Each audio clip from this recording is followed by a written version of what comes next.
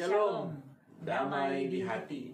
Puji nama Tuhan, kami berdua sangat bersyukur sekali ya di kesempatan kali ini dalam panggilan Tuhan kami tetap setia melayani Tuhan. Dan apa kabar Bapak Ibu Saudara? Berharap Bapak Ibu Saudara dalam keadaan yang sehat dan diberkati Tuhan selalu. Amin. Dan seperti biasa kita akan membagikan satu kebenaran firman Tuhan dalam perenungan MTPJ tentunya, yang terambil dalam kitab Perjanjian Baru dalam Lukas 23 ayat 33 hingga 43. Dan di tema di sepanjang minggu ini adalah tersalib walaupun tidak bersalah. Nah, Bapak Saudara, sebelum masuk pada perenungan firman Tuhan, mari kita berdoa. Ya Tuhan Allah kami yang hidup, terima kasih. Di kesempatan kali ini kami sungguh bersyukur dalam panggilan dan anugerah Tuhan. Kami tetap ada dan terus setia melayani Tuhan oleh karena kasih setia Tuhan dalam hidup kami. Dan di kesempatan kali ini Tuhan, kami terpanggil untuk tetap memberitakan kebenaran firman-Mu. Dan di malam hari ini kami mohon tuntunan roh dan hikmat-Mu mengantar kami terus untuk lebih dalam mengenal akan kebenaran firman Tuhan. Berkati setiap kami, bahkan setiap pendengar yang akan mendengarkan kebenaran firman Tuhan. Kami percaya lawatan roh Tuhan mampu mengubahkan kehidupan setiap kami, dan kami boleh dimampukan oleh Tuhan untuk terus hidup menyenangkan hati Tuhan di dalam kehendak-Mu Tuhan. Terima kasih Bapa di sorga, berbicara bagi setiap kami, karena kami siap mendengarkan firman Tuhan, dan kami siap untuk melakukan kebenaran firman Tuhan. Ini ucapan syukur kami Tuhan, dalam nama Yesus kami berdoa. Amin. Amin. Nah, Bapak Ibu Saudara yang diberkati oleh Tuhan, seperti biasa ya, kita membagi dalam 3 bagian dalam perenungan ini. Kita akan melihat apa yang menjadi latar belakang kitab Lukas, kemudian apa yang menjadi pesan teks ya, tentu dalam konteks bacaan kita di Lukas 23 ayat 33 hingga 34. Dan yang terakhir apa menjadi implikasi ya berhubungan dengan tema ya sepanjang minggu ini, tersalib walaupun tidak bersalah. Nah, Bapak Ibu Saudara, nyimak perenungan kebenaran firman Tuhan di saat ini. Bapak Ibu Saudara yang dikasihi dan diberkati oleh Tuhan, Injil Lukas ini ditulis oleh Lukas. Siapa Lukas? Dia adalah seorang sejarawan dan juga seorang tabib atau dokter. Dia adalah teman seperjalanan dari Rasul Paulus. Lukas juga menulis kitab Kisah Para Rasul. Dalam menulis Injil ini, yaitu Injil Lukas yang menjadi bagian bacaan kita, Lukas menggunakan sumber kitab Markus, sehingga telah kami bagikan pada perenungan minggu sebelumnya bahwa Markus sebagai Injil pertama sudah menjadi salah satu sumber dari Injil Matius maupun Lukas yang kita bahas di hari ini.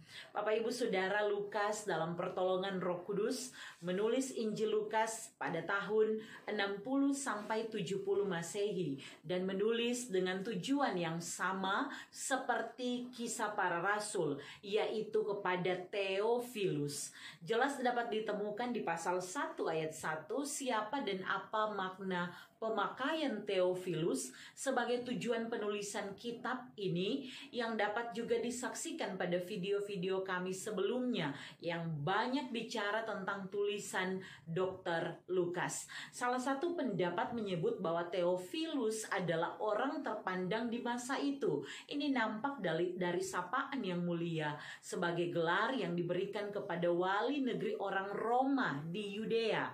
Theophilus ini terdiri dari 2 kata, yaitu Theos dan Phileo, yang berarti Allah yang Maha Kasih atau kasih Allah, sehingga diartikan bahwa tujuan surat kepada Theophileo yang berarti Allah yang Maha Kasih atau kasih Allah, sehingga diartikan bahwa tujuan surat kepada Theophilus ini mengandung arti kepada yang mengasihi Allah atau yang ditinggikan dan dimuliakan oleh Allah. Nah, kembali kepada penulis. Bapak Ibu Saudara, Lukas sebagai penulis percaya bahwa iman Kristen adalah berdasarkan peristiwa-peristiwa sejarah yang dapat dipandang sebagai perbuatan Allah. Maka Lukas memperlihatkan bahwa melalui Injil ini penderitaan dan kematian dari Yesus Kristus ini merupakan jalan yang ditentukan Allah yang wajib Yesus jalani. Nah, melihat konteks bacaan kita di saat ini, maka masih dalam bingkai cerita kesengsaraan Yesus yang juga dibahas pada minggu yang lalu dalam kitab Markus. Pada bagian ini, Yesus melewati yang namanya hinaan, pukulan, olok-olokan, cambukan yang menyakitkan. Kini Yesus akan disalibkan.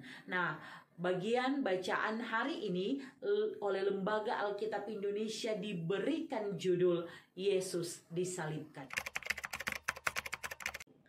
Bapak Ibu Saudara yang dikasihi dan diberkati oleh Tuhan, melalui teks ini kita menemukan setidaknya ada 5 tokoh. Nah, tokoh yang pertama atau yang dibahas di sini adalah Allah Bapa sebagai tokoh sentral yang digambarkan sebagai Bapa yang Maha Pengampun. Kemudian tokoh kedua adalah Yesus Kristus yang mau menderita sengsara demi manusia. Ketiga, di bacaan ini dapat ditemukan seorang penjahat yang hampir mati, namun masih sempat menyatakan pengakuan dosanya dan juga pengakuan percayanya kepada Tuhan Yesus. Keempat, penjahat lainnya yang punya sifat yang bertolak belakang dengan penjahat yang tadi ya. Dia menghina Yesus selayaknya orang banyak waktu itu, termasuk di dalamnya ada prajurit-prajurit, ada pemimpin-pemimpin dalam bacaan ini. Nah, Bapak Ibu Saudara yang dikasihi dan diberkati Tuhan, apa peristiwa dan pesan melalui bagian ini akan dibagi dan dijelaskan menjadi beberapa pokok pikiran berikut ini. Yang pertama ayat 33, di sini kami berikan tema Yesus disalibkan. Kemudian ayat 34 mengenai doa Yesus. Selanjutnya yang ketiga ayat 35 sampai 38 hinaan bagi Yesus. Ayat 39 bicara tentang penjahat yang binasa menerima hukuman, dan kemudian ayat 40 sampai 42 penjahat yang percaya dan beroleh keselamatan. Selanjutnya di ayat 43 itu perkataan Yesus yang memberi keselamatan. Bapak Ibu Saudara yang dikasihi dan diberkati oleh Tuhan, mari kita lihat baik-baik pesan dari kisah penyaliban Yesus ini dimulai dengan melihat ayat 33 mengenai Yesus disalibkan. Nah, apakah yang ada di pikiran kita mendengar kata salib? Hari ini saya mendengarnya dan berpikir langsung secara spontan dan merasa menikmati keselamatan melalui peristiwa salib. Ketika bertanya kepada suami Eki, apa yang terlintas di pikiran mendengar kata salib, dia spontan menjawab Yesus. Nah, pasti kita juga punya jawaban tersendiri. Nah, Bapak Ibu Saudara, salib itu sendiri bicara tentang kayu palang atau 2 batang kayu yang baku silang. Salib bicara tentang kayu kasar yang siap menjadi tempat kematian. Karena disalibkan menjadi eksekusi yang menyakitkan. Di sana ada pencambukan, di sana ada penyiksaan. Kita tahu jelas kisah Yesus, bagaimana dia diludahi, dia ditinju, dia dipukuli, dia diolok-olok, dia dihukum dengan keji. Dan gambaran ini adalah gambaran dari penyaliban Yesus yang menggambarkan kematian yang mengerikan dengan rasa sakit yang luar biasa. Ini seperti penjelasan kami di minggu yang lalu bahwa disalibkan itu tanda penghinaan, dan inilah yang dialami dialami oleh Tuhan Yesus. Bagian ini dibuka dengan perkataan ketika mereka sampai. Karena memang bagian ini masih kelanjutan setelah Yesus bertemu Pilatus sebagai seorang yang siap dihakimi. Kemudian dia menerima putusan untuk disalibkan. Di bacaan kita minggu lalu, walaupun di kitab Markus ya, kita lihat cerita ini. Yesus kemudian melewati jalan Via Dolorosa secara aktif, dan di ayat 32 sebelumnya menulis bahwa ada juga digiring dua orang lain, yaitu dua penjahat untuk dihukum mati bersama-sama dengan dia. Mereka sampai setelah melewati jalanan yang panjang. Mereka pun tiba di tempat yang bernama Tengkorak. Injil Markus sama dengan Injil Matius, menyebut tempat ini Golgota atau tempat tengkorak. Apa itu? Nah, ini adalah sebuah bukit yang seperti tengkorak bentuknya, suatu tempat yang kotor dan menjijikan. Golgota dalam bahasa Aram itu disebut Gulgalta atau tengkorak, dan dalam bahasa Latin disebut Calva atau Calvarium atau yang kita kenal dengan Kalvari. Ini disebut dalam bahasa Yunani yang kemudian diartikan sebagai tempat tengkorak, yang bukan hanya nama saja, karena itu tadi yang dijelaskan. Katanya kalau melihat tempat ini dari jauh maka terlihat seperti tengkorak manusia, dan memang di sana menjadi tempat penghukuman atau tempat eksekusi mati. Nah, Bapak Ibu Saudara, di tempat inilah Tuhan Yesus sampai. Untuk sampai bukan melewati perjalanan yang gampang. Kita tahu bagaimana perjalanan yang harus dia lalui, melewati penganiayaan yang luar biasa. Dan teks ini mengungkap bahwa dia juga disamakan dengan dua orang penjahat. Miris melihat bahwa dia yang benar, dia yang tidak melakukan kesalahan, namun disejajarkan, disamakan dengan dua pendosa. Dan karena bacaan-bacaan kemarin ini, karena kepentingan yang bermuara dari iri hati, tapi juga dendam. Namun juga ini tampak sekali bahwa ini disengaja, bahwa Yesus yang namanya terkenal atas perbuatan ajaib yang dilakukannya sedang digiring untuk dikenal sebagai seorang penjahat dan pendosa, seorang pemberontak, dan terhitung dalam golongan para penjahat yang mati disalibkan. Bapak Ibu Saudara yang dikasihi dan diberkati Tuhan, selanjutnya ayat 34 mengenai doa Yesus. Bapak Ibu Saudara yang dikasihi dan diberkati oleh Tuhan, di ayat 34 ini kita melihat perkataan doa Yesus. Ya Bapa, ampunilah mereka, sebab mereka tidak tahu apa yang mereka perbuat. Luar biasa bahwa dalam kesakitan, sebagai manusia yang mengalami beban salib dan siksa, Tuhan Yesus mendoakan orang-orang yang melakukan kekerasan dan merancang hukuman mati padanya. Dia mendoakan para pemberontak. Dia menunjukkan belas kasihan.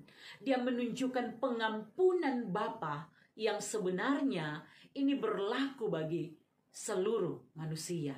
Namun apa yang terjadi? Di ayat 35-38 kita menemukan berbagai hinaan diperuntukkan untuk Yesus. Yang pertama, kita menemukan bahwa orang banyak, di dalamnya ada para pemimpin, elit politik, dan juga para pemuka agama. Itu menghina Yesus dengan ucapan seperti yang dapat kita baca di ayat 35, bahwa orang lain ia selamatkan, biarlah sekarang ia menyelamatkan dirinya sendiri jika ia adalah Mesias, orang yang dipilih Allah. Yang kedua, para prajurit mengolok-ngolok Tuhan Yesus. Kamus Besar Bahasa Indonesia menulis mengolok-olok itu sama dengan memperkatakan atau berkata yang mengandung ejekan, mempermainkan dengan kata-kata ejekan. Kalau di Manado orang bilang baterek deng basosere. Nah, so itu dia. Bahkan di sini prajurit-prajurit mengunjukkan anggur asam dengan sombong seolah-olah mau panggil Yesus minum sama-sama dengan torang ya. Bahkan dorang katakan di sini di ayat 37, jika engkau adalah raja orang Yahudi, selamatkanlah dirimu. Bapak Ibu Saudara, yang ketiga, ada juga tulisan penghinaan. Ayat 38 dapat kita baca bahwa ada tulisan di atas kepalanya, inilah raja orang Yahudi. Bapak Ibu Saudara, suatu ucapan bahwa ini dia yang mengaku raja, tapi DPR rakyat sendiri tidak mengakui dia sebagai raja. Karena memang orang Yahudi meminta penyaliban Yesus dengan benci. Karena bagi mereka Yesus mengaku sebagai raja orang Yahudi. Bapak Ibu Saudara yang dikasihi dan diberkati oleh Tuhan, belum sampai di situ. Jika kita lihat di ayat 39, kita menemukan bahwa Alkitab mencatat bahwa seorang dari penjahat yang digantung itu menghujat dia. Dia bilang begini, bukankah engkau adalah Kristus? Selamatkanlah dirimu dan kami. Nah, Bapak Ibu Saudara, jika dilihat di Alkitab bahasa Indonesia sehari-hari, DP ucapan penghinaan begini, engkau raja penyelamat bukan? Nah, selamatkan dirimu dan kami. Bapak Ibu Saudara, hujatan, hinaan ditujukan kepada Yesus sebagai tertawaan. Di ayat selanjutnya, ayat 40-42 kita melihat respon serta kepercayaan seorang penjahat yang satunya lagi. Dia menegur si penjahat pertama. Dia mengakui bahwa dia orang berdosa yang pantas dihukum. Dia juga percaya bahwa Yesus adalah Tuhan yang akan datang kembali sebagai raja. Sebuah ungkapan iman yang direspon Yesus di ayat 43 bahwa kata Yesus, aku berkata kepadamu, sesungguhnya hari ini juga engkau akan ada bersama-sama dengan aku di dalam Firdaus. Saya kira bahwa ini jaminan kehidupan kekal yang jarang dan luar biasa. Hampir mati tapi puji Tuhan, Tuhan masih mendengar pengakuannya, ketulusannya akan siapa dia orang yang berdosa yang seharusnya dihukum, tapi juga pengakuan imannya. Dan puji Tuhan bahwa melalui Yesus, Firdaus, sorga, hidup kekal adalah fakta yang merupakan janji dan kepastian dari Tuhan Yesus yang berlaku bagi orang berdosa ini, tapi juga berlaku bagi kita semua yang percaya kepadanya. Bapak Ibu Saudara yang dikasihi dan diberkati oleh Tuhan, tema di sepanjang minggu ini mengenai tersalib sekalipun tidak bersalah. Itu melalui bacaan Alkitab yang sudah kita baca, Lukas pasal 23 ayat 33 sampai 43 yang memberi kita beberapa pesan dan pengajaran penting. Yang pertama, melihat tema di sepanjang minggu ini. Dari tema ini rasanya sungguh berbanding terbalik dengan prinsip keadilan. Tidak salah namun dihukum. Disalibkan meskipun tidak bersalah. Nah, inilah yang ditanggung oleh Yesus di Golgota bagi kita manusia. 2 Korintus 5 ayat 21 bilang, dia yang tidak mengenal dosa telah dibuatnya menjadi dosa karena kita, supaya dalam dia kita dibenarkan oleh Allah. Lebih dari sekedar ajakan di minggu-minggu sengsara ini. Namun sebagai hamba Tuhan, kami mau beritakan bahwa keselamatan yang Yesus kerjakan, yang berlaku sekali seumur hidup ini, jangan sampai menjadi sia-sia. Karena kedegilan hati kita, karena ketidakpercayaan kita. Ingatlah bahwa oleh bilur-bilurnya kita disembuhkan. Ingatlah bahwa karya selamat yang dikerjakannya ini berlaku sekali untuk selama-lamanya. Tidak ada peristiwa yang dapat disamakan dengan apa yang dilakukan oleh Yesus. Please, jangan backing sia-sia. Jangan jual Yesus hanya karena orang yang kelihatan cinta mati pak kita, yang tukar ini keselamatan hanya karena kilaunya emas dan permata. Percaya sungguh, hidup dalam syukur atas anugerahnya. Dia yang tidak bersalah, dia yang tidak berdosa, namun dia mau disalibkan karena cintanya bagi kita, demi keselamatan kita semua. Yang kedua, kita belajar dari sikap Yesus saat mengalami penghinaan, penderitaan, ejekan. Ini sungguh menjadi teladan buat orang yang hidup di dunia nyata dan dunia maya saat ini. Ini dunia yang luar biasa jahat ya. Teman bisa jadi musuh kalau ada obsesi khusus. Ujaran kebencian ini merusak mental terjadi di mana-mana. Kata-kata kutuk, sumpah serapah jadi makanan sehari-hari. Bahkan tak jarang ditulis dengan bangga di Facebook.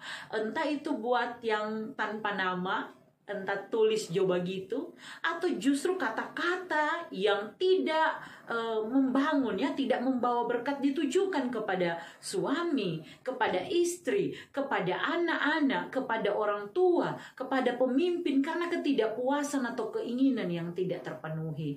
Bapak Ibu Saudara, ingat bahwa kita sedang menabur. Kata-kata kita harus kata-kata yang mengucapkan berkat, agar yang kita tuai juga adalah berkat. Tidak mudah memang untuk mendoakan keselamatan, mendoakan pertobatan, mendoakan kehidupan lebih baik dari orang yang berbuat jahat kepada kita. Kalau berdoa dia cilaka atau lebih siksa dari yang kita rasa karena dia sobeking begini pak kita, itu mungkin banyak kali boleh dengan gampang orang baking. Mar sebenarnya ini bisa jika kita melihat teladan yang dilakukan oleh Tuhan Yesus. Tuhan Yesus dalam bagian bacaan Alkitab yang kita baca di saat ini, Tuhan Yesus sendiri memberi teladan kepada kita. Dia mengingatkan kita bahwa kalau mau ikut Tuhan, kalau mau ikut jalan sengsara yang Tuhan teladankan kepada kita, maka doakan mereka sekalipun mereka berbuat jahat kepada kita. Dia katakan mesti sangkal diri dan pikul salib. Itulah penderitaan. Melihat kepentingan orang lebih utama. Ini bukan hal gampang ya. Mungkin mau bilang gampang, tapi mau lakukan ini bukan perkara mudah.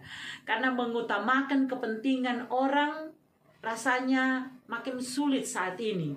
Bagaimana mungkin ya, sedangkan rasanya semua berupaya untuk jadi nomor satu, jadi yang utama, ingin dipandang, ingin diakui.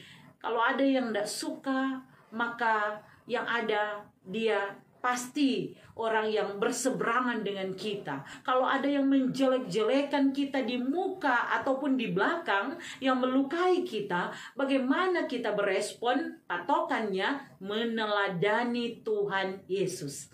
Yang ketiga, dari ejekan terhadap Yesus saya lihat memang manusia dasarnya sombong dan senang lihat orang susah. Susah lihat orang senang. Ejekan buat Tuhan Yesus ini buktinya ya, yang menjadi bacaan kita di hari ini. Kalau betul ngana penyelamat, coba ngana selamatkan ngana pediri dan selamatkan 4 orang dan sebagainya. Ketika melihat kesengsaraan yang Yesus alami justru menjadi bahan tertawaan, bahan ejekan. Bapak Ibu Saudara, catat baik, tidak semua yang dihukum itu karena berdosa. Tidak semua yang sedang menderita itu karena dia banyak pelanggaran dan orang sehidup lebih suci dari dia. Jangan ada pandangan, lihat DP hidup sekarang, katulah itu karena banyak dosa. Dan kantara dia munafik. Karena kalau orang benar mana mungkin dia menderita rupa itu dan segala macam penyakit dia sudapa. Oh ampunilah piruai kami ini mau. Apa mau jadi Kang kalau begitu keluar dari mulut anak-anak Tuhan? Misalnya kong ada pelsus kolom, kong so lelah dalam pelayanan, kok akhirnya buang kata, so supi tu om sana. Ya itu karena DP kelakuan, rasa kasana, tobat, katula karena pemalas ibadah dan sebagainya. Memang kesalahan, dosa, ada hukuman dan harus dihukum. Tapi bukan tugas kita untuk menghakimi sesama kita. Yang keempat, ini yang terakhir, tidak ada dosa besar sekali yang tidak mampu Tuhan ampuni. Lihat aja ini penjahat yang ada di ayat 40-42 bacaan kita. Dia seorang berdosa. Dia tahu dia sepantasnya untuk dihukum. Tapi apa yang dia buat di akhir kehidupannya, dia menegur yang salah.